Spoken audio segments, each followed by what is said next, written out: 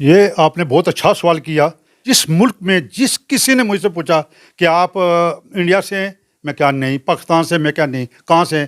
میں کہا مجھے فخر ہے کہ میں کشمیری ہوں اور مجھے کشمیری ہونے پر فخر ہے. اور جو مناکو ہے وہ اٹلی، سوئٹزرلینڈ اور فرانس کے درمیان ہے. تو اس کی آبادی 38,000 ہے میرے بھائیوں، اس کی آبادی 38,000 ہے. جب 38,000 والا ملک آزاد اور خود مختار رہ سکتا ہے تو کشمیری 2.25 کروڑ سے زیادہ ہے، وہ آزاد اور خود مختار کیوں نہیں رہ سکتے؟ جموں کشمیر لبریشن فرنٹ جو جماعت ہے اس کو فنڈنگ کہاں سے آتی ہے، کون کرتا ہے، کس طرح نظام چلتا ہے؟ بہت اچھا سوال، بہت ویلڈ سوال ہے. اس میں جو بیرون ممالک ہمارے نمائندے ہیں، جو کارکن ہیں، وہ ہم نے منتھلی رکھا ہے 5 یورو مہینے کا. وہاں کافی ملتی ہے 1.5-2 یورو کی. تو 5 یورو کچھ بھی نہیں ہے. 2-3 آدمی اگر چلے بھی جائیں تو وہاں وہ 5-6 یورو کی اگر کافی پی سکتے ہیں تو اپنی جماعت اور اپنے ملک کی آزادی کے لیے وہ 5 یورو کیوں نہیں دے سکتے؟ وہ ہم چندہ وہاں سے کلیکشن کر کے اپنے جب بھی کوئی پروگرام ہوتا ہے، بڑا پروگرام ہوتا ہے، تو ہم وہاں سے اپنی جماعت کو سپورٹ کرتے ہیں اور یہ ہمارا اخلاقی فرض بنتا ہے. آپ جیسے مزدور طبقہ جو لوگ ہیں، جو فیملیاں بھی رکھتے ہیں، اہل اولاد بھی ہے، موجودہ وقت مہنگائی کا ہے، وہ فنڈنگ کرتے ہیں تو جماعت کا نظام چلتا ہے. جس جماعت کو فنڈنگ ہو کر جو جماعت چلتی ہے، کیا سمجھتے ہیں موجودہ وقت جو جوہری ہتھیاروں کا، میزائلوں کا دور ہے، تو یہ فنڈنگ والی جماعت جو ہے وہ آزادی حاصل کر لے گی؟ کہ کربلا میں کو حضرت امام حسین شہید ہو گئے، ٹھیک ہے کہ نہیں، لیکن وہ جنگ ہارے نہیں، وہ جنگ جیتے ہیں. آج یزید کا نام کوئی نہیں لیتا. حق کی بات کہنا چاہے وہ کم ہوں، حق کی بات کہنا چاہے وہ تھوڑے لوگ ہوں، چاہے ہمارے پاس وہ وسائل نہیں ہیں، چاہے ہمارے پاس وہ فنڈ نہیں ہے. تو ہماری تاریخ تو 6,000 سال پرانی ہے. تو ایک 6,000 سالہ تاریخ رکھنے والا ملک کو کیوں انہوں نے اس کی تاریخ کو غائب کر دیا؟ کیوں اسکول میں پڑھایا نہیں جا رہا ہے؟ کیوں اسکول میں بچوں کو وہ جغرافیہ دکھایا نہیں جا رہا ہے؟ کہتے ہیں کہ مطالعہ پاکستان ہے تو مطالعہ کشمیر بھی ہونا ہونا چاہیے، بالکل ہونا چاہیے، بچوں کو پڑھانا چاہیے. نصاب میں سے کس نے ختم کروایا، یا تھا یا نہیں تھا؟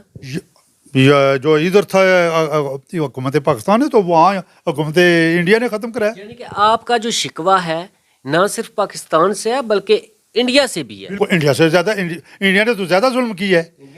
انڈیا نے زیادہ ظلم کیا. انہوں نے جب 370 اور 35 سے ختم کیا اور اس نے جو لاک ڈاؤن لگایا، وہ دنیا کی سب سے بڑی جیل ہوگی. اقوام متحدہ کو وہاں پر انٹرفیئر کرنا چاہیے تھا یا نہیں جب ختم کیا؟ کیوں نہیں کیا؟ میں یہ سمجھتا ہوں کہ یہ ان کی نااہلی ہے، یہ ان کی غفلت ہے کہ انہوں نے اس پر کوئی دھیان نہیں دیا، انہوں نے اس کے خلاف کوئی آواز بلند نہیں. میڈیا کو میں آپ کا مشکور ہوں کہ آپ یہاں آئے اور مجھ سے بات کی. یہ میرا پیغام ہے کہ جو دوسرے صحافی حضرات ہیں وہ بھی اس کو ہائی لائٹ کریں. ظلم جو ہے یورپ کے ملک میں اگر کوئی کتا، کسی کتے کو کوئی بندہ مار دے، جان بوجھ کر مار دے، تو کیا سزا جاتی ہے؟ اس کو کڑی سے کڑی سخت سزا دیتی. فلسطین کے اندر انسانوں کے معصوم بچے مار رہے ہیں، انہیں سزا کیوں نہیں مل رہی ہے؟ بس یہی تو مناپلی ہے، یہی تو ان کا دوغلاپن ہے.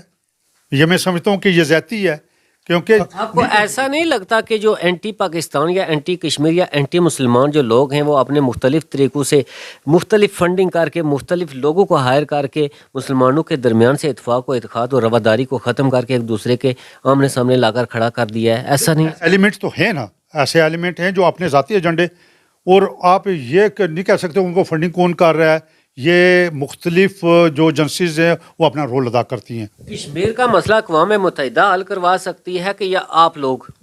کشمیر کا مسئلہ اس وقت حل ہوگا جب راجہ فاروق حیدر، بیرسٹر سلطان یا دوسری جو سیاسی جماعتیں ہیں، یاسین صاحب، ایک آواز سے کشمیر بننے کا خود مختار ہم کیا چاہتے آزادی، تو اس وقت انشاءاللہ تعالی کشمیر کا مسئلہ سالوں نہیں مہینوں کے اندر حل ہو جائے گا. اچھا، کیا سمجھتے ہیں کہ یہ نعرہ یہ لگائیں گے یا نہیں لگائیں گے؟ اور دوسرا، جب یہ یورپ میں جاتے ہیں، چودھری یاسین صاحب یورپ میں جاتے ہیں، انہوں نے وہاں پر ہی محنت مزدوری کی ہے اور زیادہ تر وہاں بھی رہتے ہیں. یہ راجہ فاروق حیدر صاحب سابق پرائم منسٹر بھی ہیں، وہ بھی جاتے ہیں، تو کبھی آپ نے ان سے یہ سوال نہیں کیا؟ بالکل، بلکہ کئی پروٹیسٹ میں اور بیرسٹر سلطان صاحب نے اکٹھے کیے، بروسل میں بھی کیے.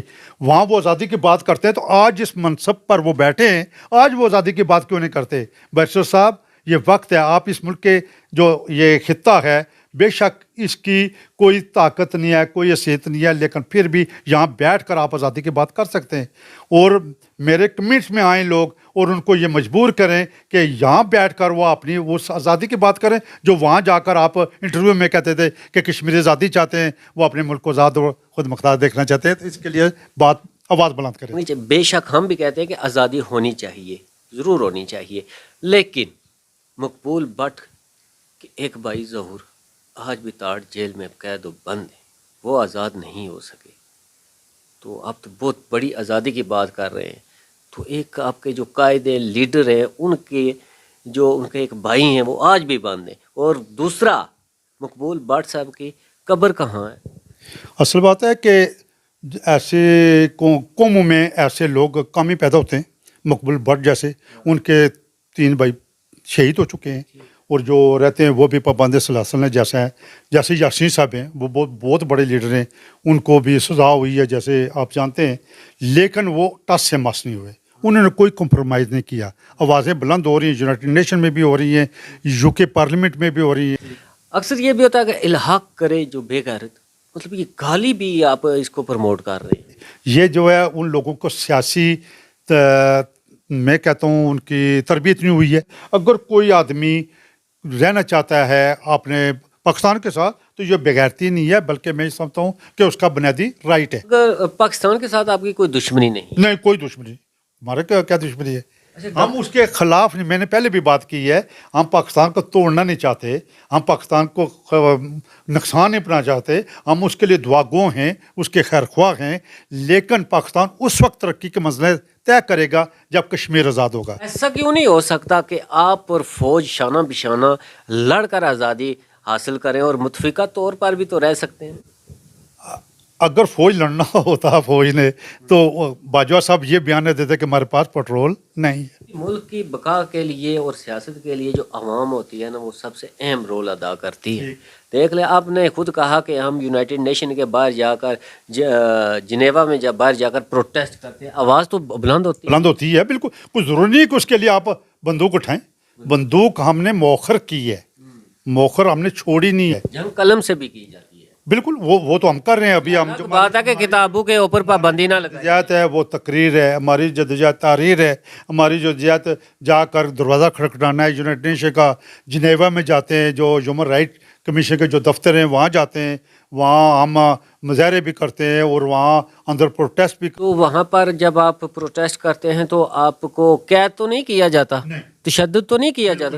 بالکل نہیں کیا جاتا. اچھا, یہاں سے کوٹلی سے اگر میں بات کروں تو ڈاکٹر توقیر گیلانی جو لبریشن فرنٹ کے بڑے اہم کارکن, ان کو ایک رتبہ بھی تھا, ایک اوتھ بھی تھا ان کے پاس. تو ایسی ایک بات کی, پھر معافی بھی مانگی, اور پھر ان کو یہاں سے ریسنٹلی جانا بھی پڑا.